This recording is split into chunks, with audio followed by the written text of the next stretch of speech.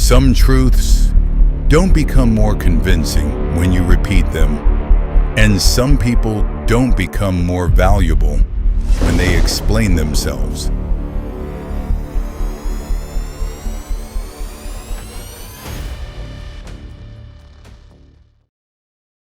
Have you ever left a conversation only to keep having it in your head? You replay every sentence. You think about what you should have said, what you shouldn't have said. Then you catch yourself wishing you had explained just a little more. Maybe then they would have understood. It's a strange habit. You can spend hours trying to correct a conversation that's already over. Not because the other person asked for another explanation, but because your own mind did. And if you're honest, this probably isn't the first time. Maybe you've explained why you were late, even when nobody questioned you. Maybe you've justified a simple decision that didn't require permission. Maybe you've answered a question and then kept talking long after the answer was enough. Not because you had more to say, because silence felt uncomfortable. Most people think they're just being clear. But sometimes, clarity isn't what they're looking for. They're looking for relief. This pattern fascinated Robert Greene. After studying kings, generals, politicians, artists, and some of history's most influential people, he noticed something surprisingly consistent. The people who carried the greatest authority rarely seemed desperate to be understood. They didn't rush to defend every decision. They didn't explain every action. And somehow, their silence often made their words carry even more weight. That raises an uncomfortable question. If explaining yourself feels honest, why does doing it too often make you appear less confident? And more importantly, why do so many intelligent people fall into this habit without ever noticing it? Because over-explaining doesn't begin with words. It begins much earlier, in a place most people never think to look. And once you see it, you'll start noticing it in almost every conversation you have. Over-explaining doesn't begin the moment you speak. It begins the moment you hesitate. Picture an ordinary conversation. You share an idea. The other person pauses. Maybe they're thinking. Maybe they're distracted. Maybe they're simply choosing their next words. You don't know, but your brain hates not knowing. So it fills in the blanks. Maybe they think that he sounded stupid. Maybe they misunderstood me. Maybe I need to explain what I really meant. Within seconds, you've stopped responding to the person in front of you. You're responding to a version of them that exists only in your imagination. And that's where over-explaining is born. Not in your mouth, in your assumptions. Human beings are remarkably good at detecting patterns. It's one of the reasons our species survived. When information is missing, the brain doesn't like empty spaces. It completes the picture. Most of the time, that's useful. Sometimes, it's completely wrong. A neutral expression becomes disapproval. A few seconds of silence become rejection. A short reply becomes disappointment. Without realizing it, you've turned uncertainty into certainty. Not because you discovered the truth, but because your mind invented one. And once you believe that story, your behavior changes. You begin explaining, adding context, defending decisions nobody challenged, clarifying intentions nobody questioned. Not because the conversation demanded it, but because the story in your head did. Here's the irony. The more anxious you become about being misunderstood, the more likely you are to create the very impression you're trying to avoid. Imagine asking someone a simple question. Instead of answering, they spend the next 2 minutes justifying every detail. You don't think, they must be incredibly honest. You wonder, why are they trying so hard to convince me? That's because people rarely judge confidence by the number of words someone uses. They judge it by how comfortable a person seems. leaving space after those words. Confidence doesn't rush to erase every doubt. It accepts that some uncertainty is part of every conversation. Most people spend their lives trying to control what exists in someone else's mind. But that's a battle no one has ever truly won.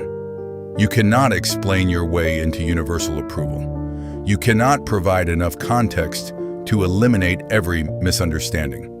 And you cannot manage every opinion people will form about you. The moment you accept that, something unexpected happens. Silence stops feeling like a threat. It becomes a choice. And that changes everything. Because once you stop trying to control every interpretation, you become free to focus on something far more important. The truth. Not the story your mind invented, but the reality that's actually in front of you. And understanding why our minds invent those stories takes us even deeper. If over-explaining begins with a story, the next question is obvious. Why does your mind believe that story so easily? The answer has very little to do with communication, and almost everything to do with survival. For most of human history, being accepted wasn't simply comforting, it was necessary. Our ancestors lived in tribes. To be trusted meant protection. To be rejected meant isolation. And isolation often meant death. The human brain evolved in that world, a world where social acceptance wasn't a luxury, it was a survival. Thousands of years later, the world has changed.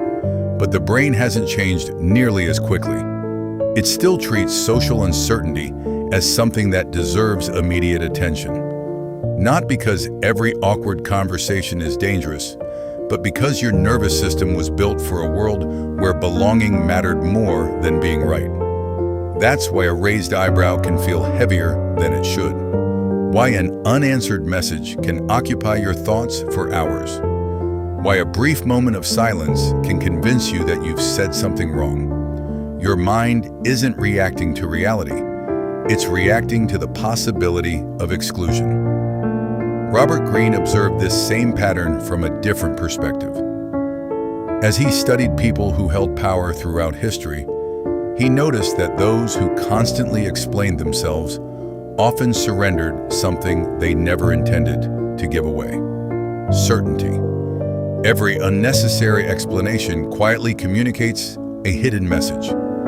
I need you to agree before I can feel secure. Power works differently. The people Robert Greene wrote about understood that perception is shaped as much by restraint as by expression. They spoke when they had something to say. Then they allowed silence to do what endless words never could. Let people think. Let people wonder. Let people reach their own conclusions. Because confidence isn't measured by how completely you explain yourself. It's measured by how completely you trust what you've already said. Think about the people whose opinions carry the most weight. A respected judge, an experienced surgeon, a military commander, a leader during a crisis. When they finish speaking, they don't usually rush to fill the silence. They pause, not because they run out of words, because they trust that their words can stand on their own. That pause communicates something impossible to fake: inner certainty. Not certainty that they're always right, but certainty that they don't need immediate reassurance from everyone listening. And people feel that difference long before they can explain it. This doesn't mean you should become silent for the sake of appearing powerful. Silence by itself isn't strength. Forced silence is just another performance. Real confidence isn't about saying less. It's about no longer feeling compelled to earn acceptance through constant explanation. And that's where real change begins. Not in your conversations, in your relationship with yourself. The next time you catch yourself over-explaining, don't focus on your words. Focus on the moment just before them, because that's where the habit lives. It begins with a feeling, a brief moment of discomfort, a silence that lasts a little longer than expected, a face you can't quite read, a reply that doesn't arrive as quickly as you hoped. Your instinct will be to fill that space, to explain more, clarify more, justify more, rescue the conversation. But that instinct isn't a command. It's only a feeling. And feelings don't always tell the truth. The most powerful people aren't the ones who never feel uncertainty. They're the ones who don't let uncertainty make their decisions. The pause between someone else's reaction and your response is where confidence is built. Not in dramatic moments, in ordinary conversations. Every time you resist the urge to add one more sentence, you're teaching your mind something new. I don't need immediate reassurance to be okay. That lesson seems small, but repeated often enough, it rewires the way you carry yourself. There's a simple question you can ask whenever you feel the urge to keep talking. Ask yourself, am I adding information or am I asking for reassurance? The answer changes everything. If you're adding information the other person genuinely needs, say it. If you're searching for reassurance, pause. Because reassurance has a strange quality. The moment someone else gives it to you, your mind begins needing it again. Real confidence grows differently. It grows every time you discover you can tolerate uncertainty without trying to eliminate it. This doesn't mean becoming cold or mysterious or emotionally distant. You should still apologize when you're wrong. Explain yourself when clarity genuinely matters. Answer honest questions with honesty. Communication isn't the enemy. Compulsion is. The difference isn't how much you speak, it's why you're speaking. One comes from clarity, the other comes from fear. And people can feel that difference even if they never consciously recognize it. Over time, something quiet begins to change. You stop rehearsing conversations after they end. You stop trying to edit people's opinions in your imagination. You stop carrying the exhausting responsibility of making sure everyone understands every decision you make. Not because people stopped judging you, because you stopped believing that every judgment required a response. That's when conversations become lighter, relationships become more authentic, and your words begin carrying more weight. Not because you've learned a new communication technique, because you've stopped using words to protect your self-worth. Maybe the goal was never to make everyone understand you, because the truth is, they won't. Some people will misunderstand your intentions. Some will misread your silence. Some will judge decisions they know nothing about. And no amount of explanation can completely change that. For most of our lives, we treat misunderstanding like a problem to solve. But what if it isn't? What if it's simply part of being human? Think about the people you've respected most. Not because they were loud, not because they always had the perfect answer, but because they seemed comfortable being exactly who they were. They never appeared rushed, never seemed desperate to win every opinion, never carried the invisible burden of convincing everyone they deserved to be there. There was something steady about them, not certainty that they would always be understood, certainty that they didn't need to be. Perhaps that's what confidence has always been. Not believing that people will never question you, not believing you'll never be misunderstood, but knowing that your value doesn't disappear the moment someone fails to see it, because your worth was never something another person's agreement could create, and it was never something their misunderstanding could take away. One day, you'll leave another conversation. There will be a pause. Your mind will begin writing its familiar story. Maybe I should explain one more thing. And for the first time, you'll notice it. Not because the habit has disappeared, but because you can finally see it. You'll realize that the urge to keep talking isn't coming from the conversation. It's coming from fear. And in that small moment of awareness, you'll stop asking silence to prove your worth. And something quietly begins to change. Not because the world suddenly understands you, but because you no longer need it to. Perhaps the strongest people in the room aren't the ones with the best arguments, or the loudest voices, or the perfect explanations. Perhaps they're simply the ones who no longer feel the need to negotiate their value with every conversation they have. Because some truths don't become more convincing when you repeat them, and some people don't become more valuable when they explain themselves.